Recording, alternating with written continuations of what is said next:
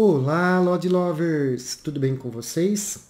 Em 2009, Bornstein e colaboradores publicaram um excelente artigo no qual eles discutem como uma variação anatômica, defeito ósseo de Stafford, pode mimetizar lesões ósseas maxilares, podendo levar o clínico a um erro no seu diagnóstico e, consequentemente, no plano de tratamento.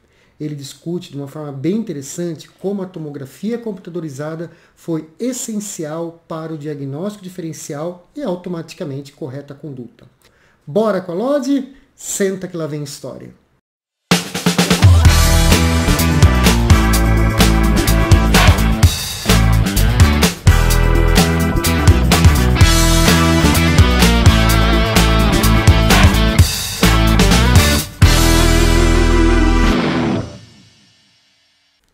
Essa temática de uma condição podendo mimetizar outra na prática clínica é uma temática que eu gosto muito, valorizo e tento passar em minhas aulas. Nós somos profissionais do diagnóstico e como profissional do diagnóstico eu tenho que trabalhar com 100% de certeza do meu diagnóstico final. Caso eu tenha 1% de possibilidade da condição A ser uma outra condição, uma condição B, eu tenho que ir atrás desse 1%. Seja complementando o meu exame por uma modalidade de imagem, uma tomografia, uma ressonância, uma ultrassonografia, seja complementando por um histopatológico, seja complementando com dados clínicos adicionais, seja, e muitas vezes, fazendo um acompanhamento do paciente, um acompanhamento clínico, imaginológico, laboratorial. Em muitos casos, essa é a forma de eu chegar no meu diagnóstico final. O artigo que iremos discutir hoje com vocês aborda esse conceito de forma bem interessante. A importância de se chegar ao diagnóstico final antes da proposta do plano de tratamento. Vamos até ele? Muito bem, o artigo foi escrito em 2009 por Bornstein e colaboradores e tem como tradução livre de seu título defeito ósseo de Stafford na região anterior, mimetizando lesão periapical de origem endodôntica. Relato de 2 casos. Para quem não me conhece, meu nome é Gilson César Nobre Franco, sou professor da Universidade Estadual de Ponta Grossa, UEPG, aqui no Paraná, professor da disciplina de diagnóstico bucal. Se você é novo em nosso canal, não se esqueça de se inscrever, ativar o sininho e, lógico, se gostar desse vídeo, deixe seu like. Isso é muito importante para mantermos esse canal sempre ativo, atualizado e com material de qualidade para vocês. O caso número 1 é de um paciente do sexo masculino, 47 anos, que procurou atendimento odontológico inicialmente com uma queixa na região posterior de maxila lado direito. Vamos dar um zoom nessa panorâmica. Muito bem. Essa condição, pessoal, ela não foi trabalhada no artigo, tá? Então os autores não discutem o diagnóstico final, não discutem o plano de tratamento, não discutem a conduta, tá bom? Mas como possibilidade, por características clínicas e imaginológicas relatadas, então a gente tem como hipótese que seja uma lesão também de origem inflamatória / infecciosa, proveniente aqui do dente 16 e ou do dente 17, levando inclusive a um abaulamento da cortical do assoalho do seio maxilar. Mas, novamente, nós não iremos trabalhar essa condição, uma vez que ela não foi discutida a fundo pelos autores. O que os autores relatam que, durante o processo de diagnóstico e de intervenção nessa condição, uma segunda condição foi observada. Uma área radiolúcida, uma imagem radiolúcida, unilocular, com bordas bem definidas, corticalizadas, envolvendo a região periapical dos dentes de canino até segundo pré. Tá? Com essa imagem, pessoal, inicialmente, como hipótese diagnóstica, foram levantadas, primeiro, também uma lesão periapical inflamatória / infecciosa, pelas características imaginológicas, um cisto radicular, como segunda hipótese, um cisto ósseo simples, e como terceira hipótese, um queratocisto odontogênico. Muito bem. Com base nesses diagnósticos iniciais, pessoal, propôs-se então a realização, que seria a conduta mesmo, de um teste de sensibilidade pulpar nos 3 dentes envolvidos, no qual a resposta foi positiva. Uma vez que essa resposta é positiva, praticamente a gente descarta a possibilidade dessa primeira condição, de ser um cisto radicular, uma vez que para ter esse processo eu precisaria de um dente não responsivo aos testes de sensibilidade pulpar. Muito bem. Num segundo momento, então, sobraram então, como primeiras hipóteses o cisto ósseo simples e o queratocisto odontogênico. Como conduta, até discutido na parte inicial desse vídeo, precisamos chegar ao 100% do diagnóstico, não podemos trabalhar com 99% de diagnóstico. E nesse caso, o passo seguinte, na minha opinião, e praticamente que foi realizado pelos autores também, seria a sugestão para a realização de uma tomografia computadorizada para melhor avaliação. E esse procedimento foi realizado. Antes de mostrar a tomografia, apenas um zoom dessa área para uma melhor visualização dessa imagem. Então, uma imagem radiolúcida, unilocular, com bordas definidas e corticalizada. Vamos para as imagens tomográficas? Muito bem. Com a tomografia, pessoal, então aqui só vou pontuar novamente os nossos diagnósticos iniciais, cisto ósseo simples, queratocisto odontogênico. Porém, com a tomografia, pessoal, olha que interessante.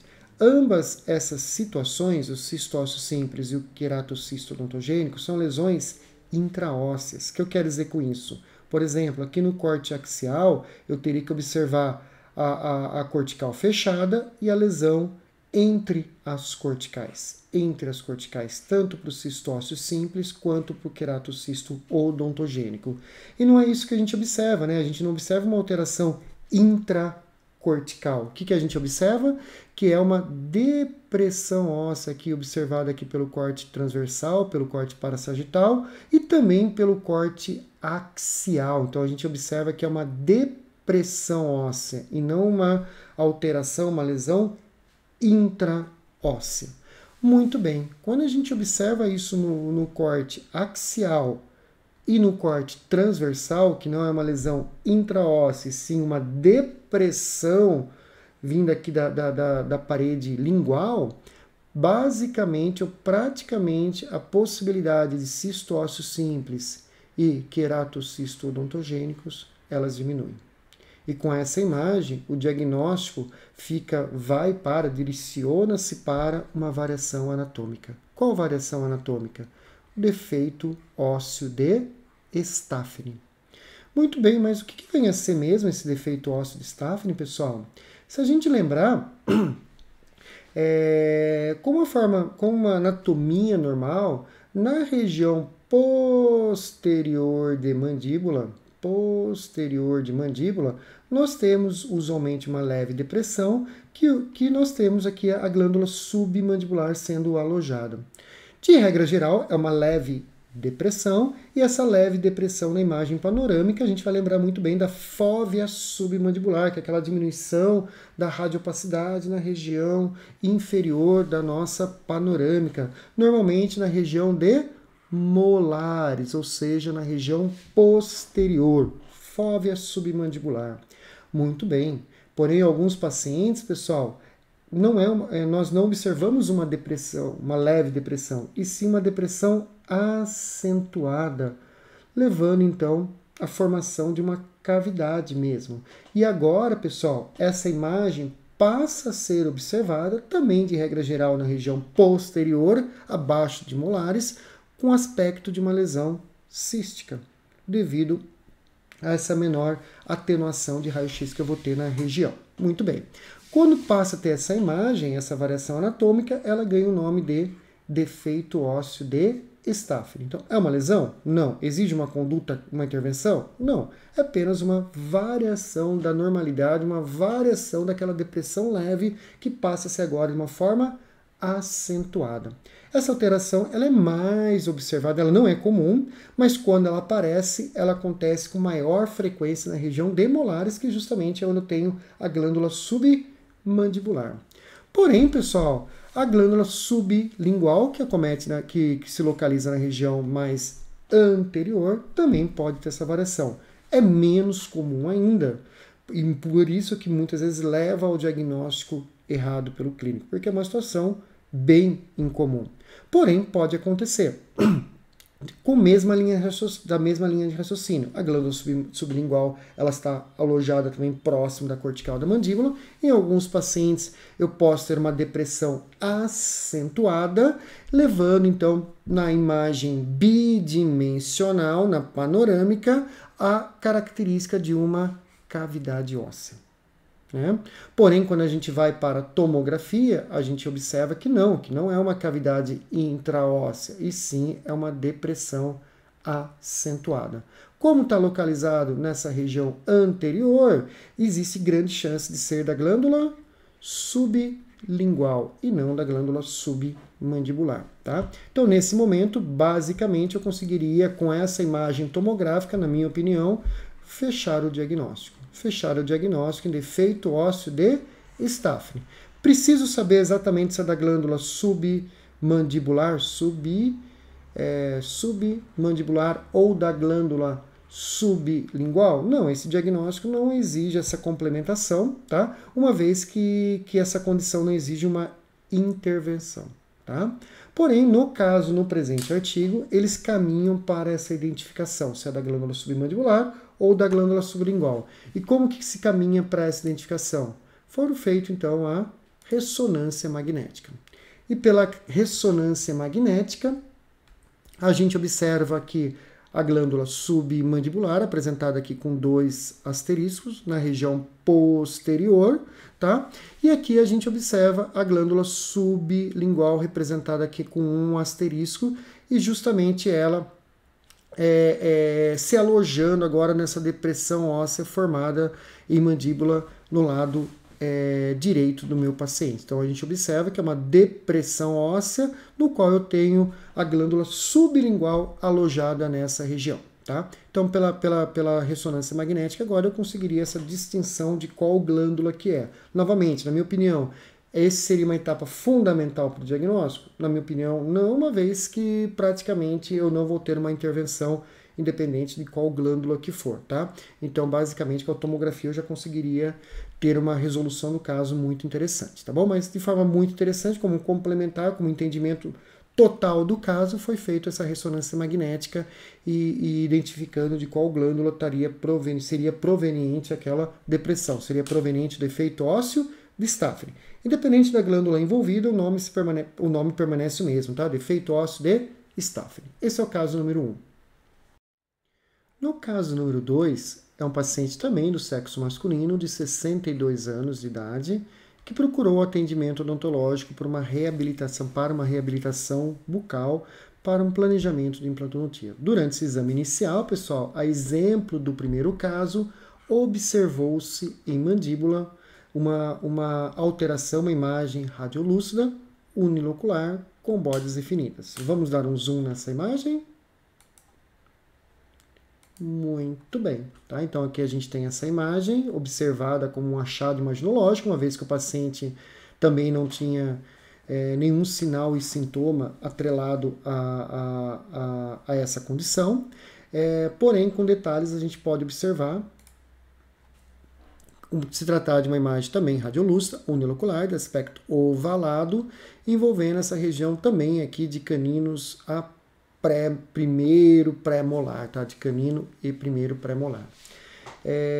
Nesse paciente, pessoal, nós temos as hipóteses muito próximas, né? Então, nós temos a possibilidade também de uma lesão periapical inflamatória / infecciosa, nós temos a possibilidade de ser um cisto ósseo simples, nós temos a possibilidade de ser um queratocisto odontogênico. Eu esqueci também de colocar como hipótese no caso anterior também, podendo ser também um ameloblastoma unilocular, tá? Então essa hipótese também poderia entrar, mas com a mesma linha de raciocínio apresentada no caso anterior. Muito bem, tá? Os passos exatamente os mesmos, no qual a tomografia computadorizada passa a ser um exame interessante para se complementar e entender essa imagem, né? Então vamos para a tomografia computadorizada, vocês vão perceber que os achados são muito semelhantes. Aqui a imagem da tomografia computadorizada, no qual a gente observa as mesmas características, ou seja, não é uma lesão intraóssea, não é uma lesão restrita para entre corticais, e sim representa tanto aqui no corte axial, quanto aqui no corte transversal ou parasagital, a gente observa se tratar de uma depressão nessa cortical lingual de mandíbula lado esquerdo do nosso paciente, tá? Por se tratar de uma depressão, praticamente a possibilidade de ser uma lesão óssea, ela diminui e mesma linha de raciocínio, aumenta-se a chance de ser uma variação anatômica. Em mandíbula, como variação anatômica, a gente pensa no defeito ósseo de Stafford. Novamente, como é região anterior, a chance de ser da glândula submandibular diminui e aumenta a chance de ser da glândula sublingual, tá? Novamente, com o entendimento que essa condição é mais frequente, aqui é menos comum essa observação da glândula sublingual, porém podendo acontecer. Muito bem. Novamente, o diagnóstico poderia, na minha concepção, ter parado nesse momento. Para mim, essa imagem ela é muito clara de se tratar não de uma lesão intraóssea, e sim se tratar de uma variação anatômica, tá? No qual esse paciente apenas entra num processo de acompanhamento, não exigindo nenhuma intervenção, não exigindo histopatológico, nenhuma intervenção. Ah, Gilson, mas uma dúvida. Não poderia ser uma lesão que rompeu o cortical, que destruiu cortical, daí a gente não teria esse aspecto como se fosse de uma depressão? Esse raciocínio faz sentido. Porém, olha que interessante, pessoal. Se eu imaginar que isso aqui fosse esse caso, ou no caso anterior, fosse uma lesão que levaria à ruptura de cortical, eu estou pensando em lesões com essa magnitude de ruptura, eu estaria pensando em lesões mais agressivas, no qual eu não teria esse bordo definido, essa borda corticalizada. Então, quando eu observo esse aspecto interior, vamos chamar assim, interior definido, corticalizado, eu não consigo imaginar que isso aqui levaria a uma ruptura com essa magnitude, com essa característica da minha cortical lingual. Então, para mim, esse aspecto vai muito mais de uma variação anatômica. Tá? Então, nesse sentido, eu fecharia o diagnóstico nesse momento como um defeito ósseo de Stafford, no qual apenas entra com esse paciente, se necessário, para um acompanhamento imaginológico para a finalização do caso. Também nesse caso, como forma complementar, pessoal, para entendimento de qual glândula envolvida, foi feito a ressonância magnética, no qual a gente observa a mesma característica. Então a gente observa agora por imagem, confirmando por imagem, ser proveniente de uma parte acessória aqui da minha glândula sublingual, certo? Muito bem. Então esse foi o artigo de hoje. Espero de coração que vocês tenham gostado, e se você gostou, deixe seu like, isso, como eu disse, é muito importante para o nosso canal. E se você gosta dessa parte de diagnóstico por imagem, lembre que a LOD tem sempre oportunidade para você, desde a graduação. Então, se você é aluno da UEPG ou de uma faculdade próxima, nós temos iniciação científica, temos estágio presencial aqui na LOD. Pós-graduação, se você gosta de mestrado, doutorado, tem interesse pelo pós-doutorado, pode nos procurar. O programa de odontologia aqui da UEPG é nota 5 da CAPES. Temos cursos de curta duração, presencial e online, que envolve toda a temática de diagnóstico. O nosso curso de especialização em radiologia odontológica e imaginologia. As mídias sociais sendo alimentadas diariamente com notícias atuais e de referência para a área, e sempre aquele nosso webinar mensal que você gosta. Um grande abraço, nos sigam e até a próxima.